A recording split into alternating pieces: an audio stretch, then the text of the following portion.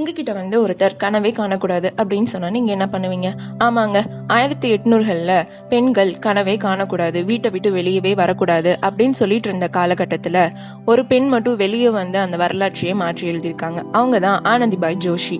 இவங்க 9 வயதுலயே இவங்களுக்கு திருமணம் பண்ணி வைக்கிறாங்க. இவங்களுக்கு 14 வயதுல ஒரு குழந்தை பிறக்குது. ஆனா அந்த குழந்தை மருத்துவ வசதி சரியில்லாம போனனால அந்த குழந்தை இறந்து போயிருது.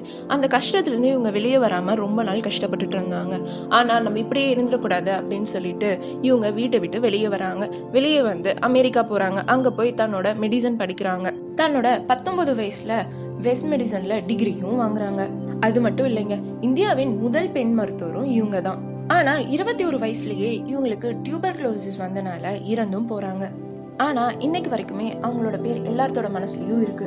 யாராவது உங்ககிட்ட பண்ண முடியாது அப்படின்னு சொன்னா நீங்க ஆனந்திபாய் ஜோஷிய நினைச்சு பாருங்க. ஏன்னா அவங்களால பண்ண முடியும் அப்படின்னு சொல்லி நிரூபிச்சுட்டு போயிருக்காங்க. அப்ப கண்டிப்பா நம்மளாலயும் முடியும்.